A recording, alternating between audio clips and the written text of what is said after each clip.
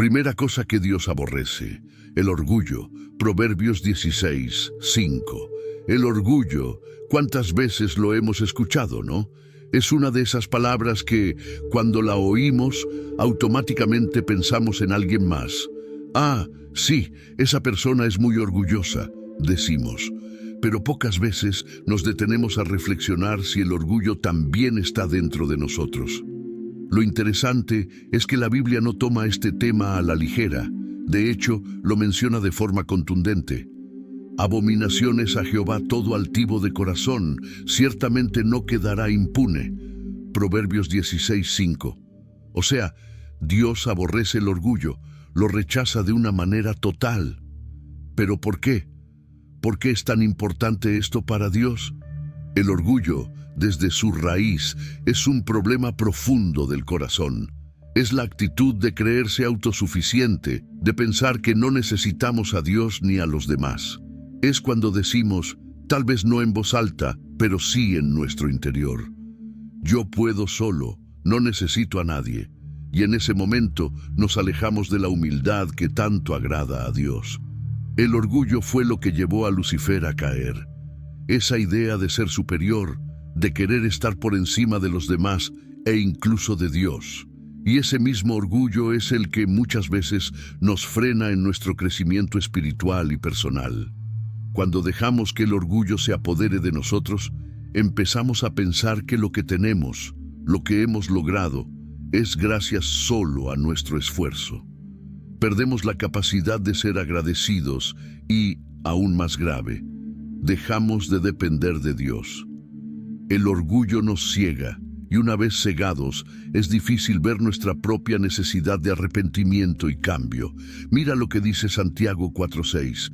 Dios resiste a los soberbios y da gracia a los humildes. ¿Te imaginas que Dios te resista? Es una imagen fuerte. Es como si Él mismo te pusiera una barrera, como diciendo, no puedes avanzar porque el orgullo te está impidiendo crecer, te está alejando de mí. Nadie quiere estar en esa situación, ¿verdad? Pero es exactamente lo que el orgullo provoca. Además, el orgullo no solo afecta nuestra relación con Dios, también afecta nuestras relaciones con los demás. Una persona orgullosa no es fácil de tratar. Su actitud siempre será de superioridad, de creer que tiene la razón en todo, y eso, inevitablemente, genera conflictos. ¿Te ha pasado alguna vez? Estás discutiendo con alguien y, aunque sabes que tiene algo de razón, no puedes admitirlo porque tu orgullo te lo impide. Es como una barrera que se levanta y hasta puede romper amistades, matrimonios, relaciones familiares. La solución para esto es la humildad, que es todo lo contrario al orgullo. La humildad nos recuerda constantemente que dependemos de Dios y que somos imperfectos. Nos ayuda a ver a los demás con amor y respeto, no como personas de las que necesitamos sentirnos superiores, sino como iguales, como hermanos. Jesús mismo nos dio el mejor ejemplo de humildad. A pesar de ser el Hijo de Dios, no vino a la tierra con pompa o exigiendo reverencia. Al contrario, lavó los pies de sus discípulos, sirvió a los demás y se humilló hasta la cruz. Si el Rey de Reyes fue capaz de mostrarnos ese tipo de humildad, ¿cómo no vamos nosotros a seguir su ejemplo? En Mateo 23:12 dice, porque el que se enaltece será humillado, y el que se humilla será enaltecido. Primera cosa que Dios aborrece, el orgullo. Proverbios 16:5. El orgullo, ¿cuántas veces lo hemos escuchado, no? Es una de esas palabras que, cuando la oímos, automáticamente pensamos en alguien más. Ah, sí, esa persona es muy orgullosa, decimos. Pero pocas veces nos detenemos a reflexionar si el orgullo también está dentro de nosotros. Lo interesante es que la Biblia no toma este tema a la ligera. De hecho, lo menciona de forma contundente. Abominaciones a Jehová todo altivo de corazón, ciertamente no quedará impune. Proverbios 16:5. O sea, Dios aborrece el orgullo, lo rechaza de una manera total. ¿Pero por qué? ¿Por qué es tan importante esto para Dios? El orgullo, desde su raíz, es un problema profundo del corazón. Es la actitud de creerse autosuficiente, de pensar que no necesitamos a Dios ni a los demás. Es cuando decimos, tal vez no en voz alta, pero sí en nuestro interior: yo puedo solo, no necesito a nadie. Y en ese momento nos alejamos de la humildad que tanto agrada a Dios. El orgullo fue lo que llevó a Lucifer a caer. Esa idea de ser superior, de querer estar por encima de los demás e incluso de Dios. Y ese mismo orgullo es el que muchas veces nos frena en nuestro crecimiento espiritual y personal. Cuando dejamos que el orgullo se apodere de nosotros, empezamos a pensar que lo que tenemos, lo que hemos logrado, es gracias solo a nuestro esfuerzo. Perdemos la capacidad de ser agradecidos y, aún más grave, dejamos de depender de Dios. El orgullo nos ciega, y una vez cegados, es difícil ver nuestra propia necesidad de arrepentimiento y cambio. Mira lo que dice Santiago 4:6. Dios resiste a los soberbios y da gracia a los humildes. ¿Te imaginas que Dios te resista? Es una imagen fuerte. Es como si Él mismo te pusiera una barrera, como diciendo, no puedes avanzar porque el orgullo te está impidiendo crecer, te está alejando de mí. Nadie quiere estar en esa situación, ¿verdad? Pero es exactamente lo que el orgullo provoca. Además, el orgullo no solo afecta nuestra relación con Dios, también afecta nuestras relaciones con los demás. Una persona orgullosa no es fácil de tratar.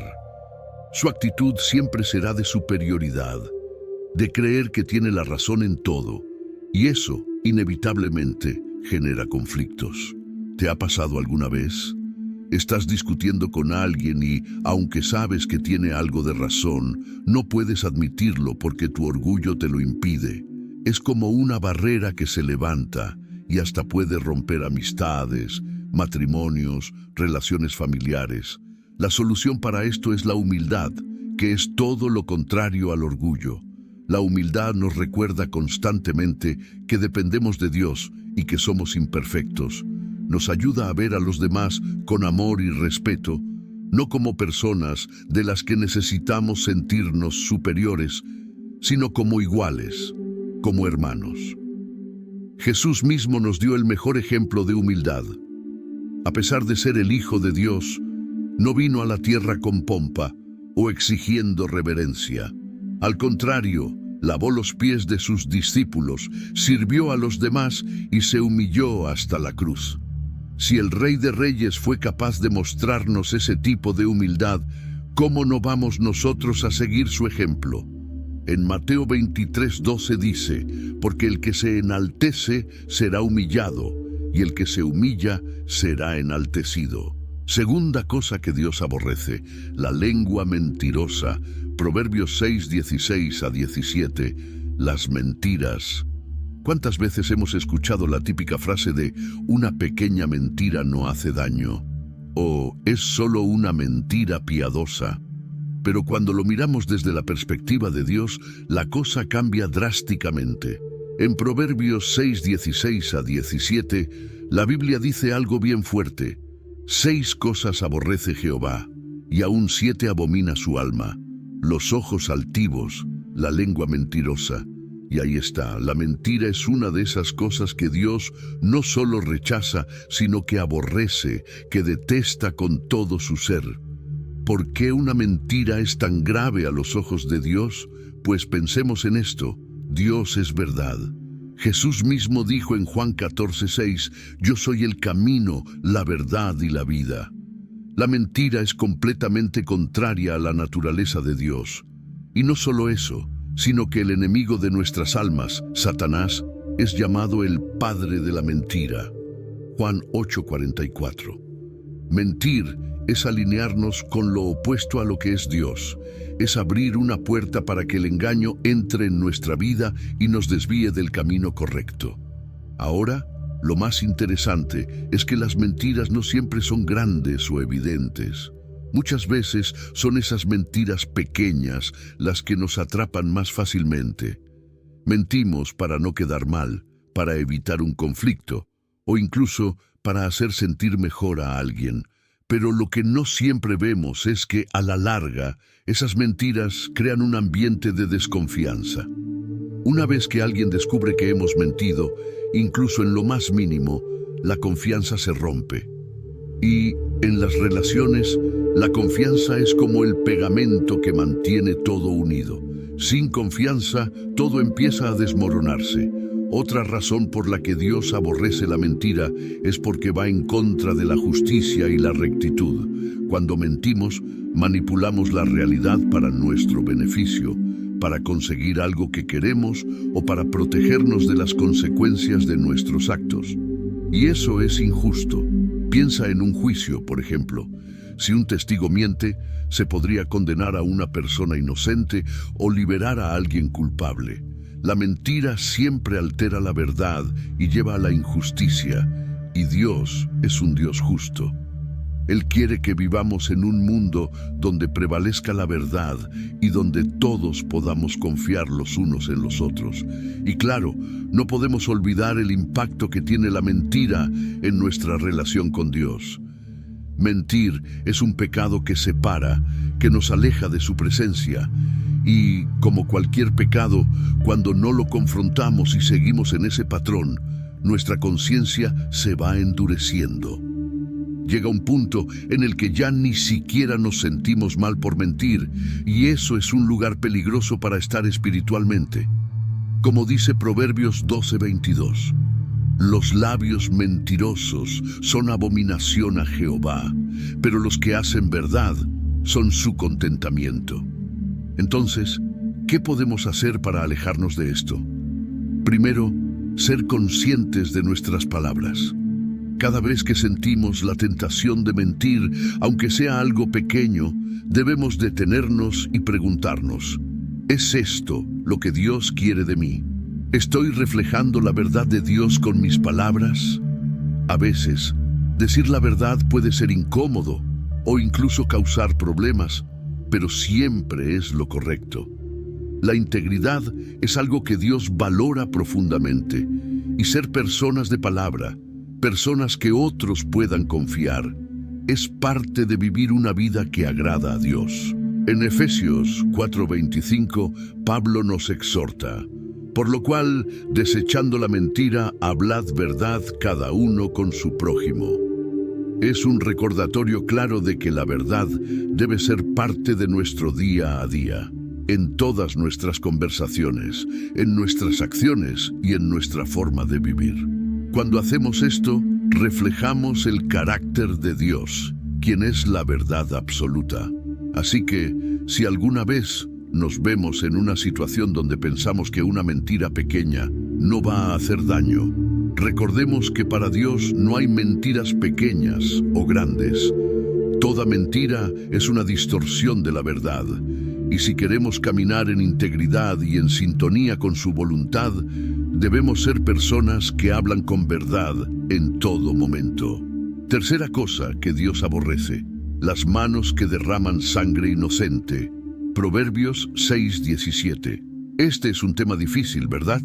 Hablar sobre la violencia y la injusticia en el mundo puede ser doloroso, pero es algo que no podemos ignorar. En Proverbios 6:17 vemos cómo Dios aborrece las manos que derraman sangre inocente. Es una imagen fuerte, pero muy clara.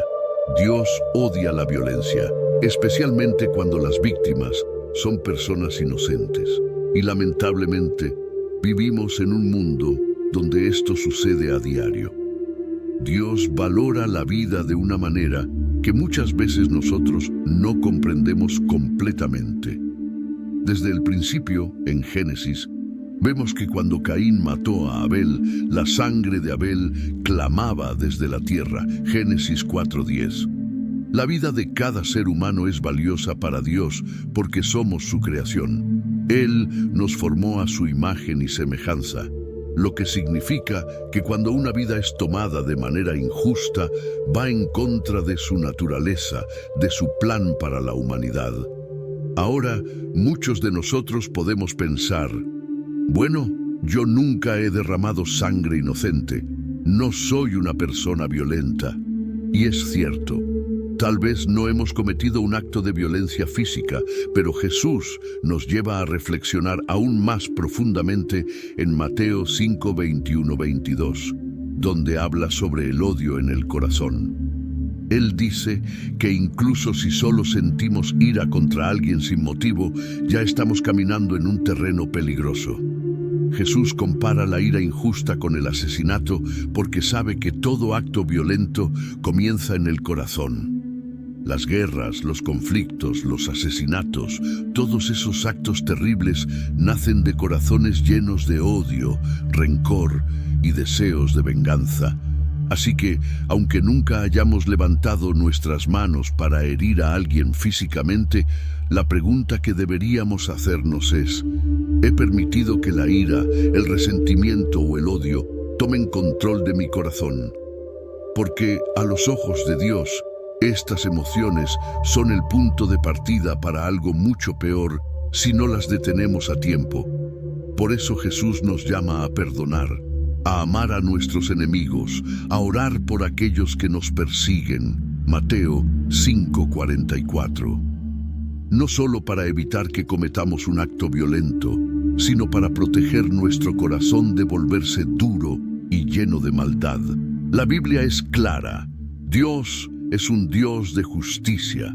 Él es un defensor de los inocentes, de los oprimidos, de los marginados. Y nosotros, como sus hijos, estamos llamados a reflejar ese mismo corazón de justicia en nuestras vidas.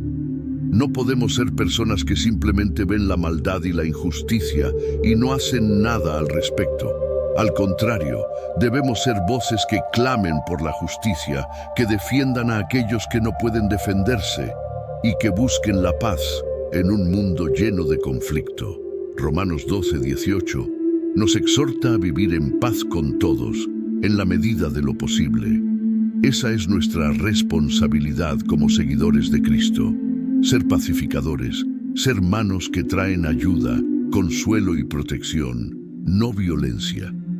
Porque cuando nuestras manos son usadas para bendecir, en lugar de herir, estamos caminando en línea con el corazón de Dios. Y aquí es donde entra también el arrepentimiento y la transformación. Tal vez en algún momento hemos permitido que la ira o el odio nos dominen. O tal vez hemos sido testigos de la injusticia y no hemos hecho nada al respecto. Pero Dios, en su infinita gracia, siempre nos da una nueva oportunidad para cambiar. Él nos llama a vivir una vida de amor, a reflejar su paz y su justicia en todo lo que hacemos. Cuarta cosa que Dios aborrece: el corazón que maquina pensamientos inicuos. Proverbios 6:18. Este punto es clave, y es uno que muchas veces pasamos por alto. En Proverbios 6:18, Dios expresa que aborrece el corazón que maquina pensamientos inicuos. Esto va mucho más allá de lo que hacemos o decimos. Aquí Dios se enfoca en lo que pensamos y sentimos, en lo más profundo de nuestro ser. ¿Por qué? Porque todo lo que somos y hacemos comienza en el corazón, en lo que pensamos y en las intenciones que albergamos dentro de nosotros. Lo interesante es que a menudo las personas no ven lo que pasa en nuestro interior. Pueden ver nuestras acciones y escuchar nuestras palabras, pero lo que sucede en nuestra mente y corazón es un terreno privado, un lugar al que solo nosotros y Dios tenemos acceso. Y es precisamente por eso que es tan importante mantener puro nuestro corazón y nuestros pensamientos. Dios no solo mira nuestras acciones externas, Él examina lo que está dentro, las motivaciones detrás de cada cosa que hacemos. Cuando hablamos de pensamientos inicuos, nos referimos a aquellas ideas o planes que surgen desde un lugar de maldad, egoísmo o engaño. Puede ser desear el mal a alguien, planear una venganza, pensar en cómo aprovecharse de una situación a costa de otros, o simplemente tener pensamientos negativos de manera constante. Estos pensamientos son como semillas que, si no se arrancan, crecerán y eventualmente darán fruto en nuestras palabras y acciones. Santiago 1:14-15 nos advierte sobre esto. Cada uno es tentado cuando de su propia concupiscencia es atraído y seducido. Entonces, la concupiscencia, después que ha concebido, da a luz el pecado, y el pecado, siendo consumado, da a luz la muerte. En otras palabras, todo empieza en el pensamiento. Quinta cosa que Dios aborrece: el testigo falso que habla mentiras. Proverbios 6:19. Este punto, aunque está relacionado con la mentira en general, tiene un enfoque muy particular: la falsedad cuando damos testimonio sobre algo. Proverbios 6:19 menciona que Dios aborrece al testigo falso que habla mentiras. Y esto nos lleva a una reflexión profunda, porque dar falso testimonio no solo implica mentir, sino distorsionar la verdad con un propósito claro de causar daño, engañar o manipular una situación para obtener algún beneficio personal. Dios es un Dios de verdad y justicia, y el falso testimonio va en contra de ambas cosas. Cuando alguien da falso testimonio, está alterando los hechos, afectando a otras personas de manera injusta. Imagina una situación de juicio, por ejemplo. Si un testigo miente, puede arruinar la vida de una persona inocente, o puede permitir que alguien culpable quede libre sin enfrentar las consecuencias de sus acciones. En ambos casos, la justicia queda completamente distorsionada, y para Dios, que es el juez supremo, esto es algo que va en contra de su misma naturaleza. En Éxodo 20:16, uno de los 10 mandamientos es: no hablarás contra tu prójimo falso testimonio. Dios deja claro que la verdad debe prevalecer, especialmente cuando se trata de nuestras relaciones con los demás. Pero, tristemente, en nuestra sociedad, el falso testimonio no es algo raro. Lo vemos en diferentes formas: rumores, calumnias, chismes e incluso manipulación de la verdad en situaciones legales o laborales. Y, a menudo, estas falsedades no solo perjudican a una persona, sino que pueden destruir familias, amistades y comunidades enteras. Pero, ¿qué lleva a alguien a dar falso testimonio? En muchas ocasiones, el motivo detrás de esto es el egoísmo, el deseo de obtener algún tipo de beneficio personal o la necesidad de protegerse a sí mismo. En lugar de enfrentar las consecuencias de nuestras propias acciones o decir la verdad, algunas personas eligen mentir sobre otros, cambiar la narrativa para quedar bien ante los ojos de los demás o simplemente para causar daño intencionado. Jesús nos advirtió sobre esto en Mateo 12:36, cuando dijo: de toda palabra ociosa que hablen los hombres, de ella darán cuenta en el día del juicio. Es decir, todo lo que digamos, verdadero o falso, tiene consecuencias y Dios lo tiene en cuenta. Pero el daño del falso testimonio no solo se ve en contextos formales como un juicio, también puede aparecer en nuestra vida cotidiana. Tal vez no estamos en un tribunal declarando bajo juramento, pero cada vez que hablamos mal de alguien, esparcimos un rumor que no hemos comprobado, o exageramos una situación para que alguien parezca peor de lo que es. Estamos cayendo en este mismo pecado. Y la raíz de todo esto es el engaño y la falta de amor por el prójimo.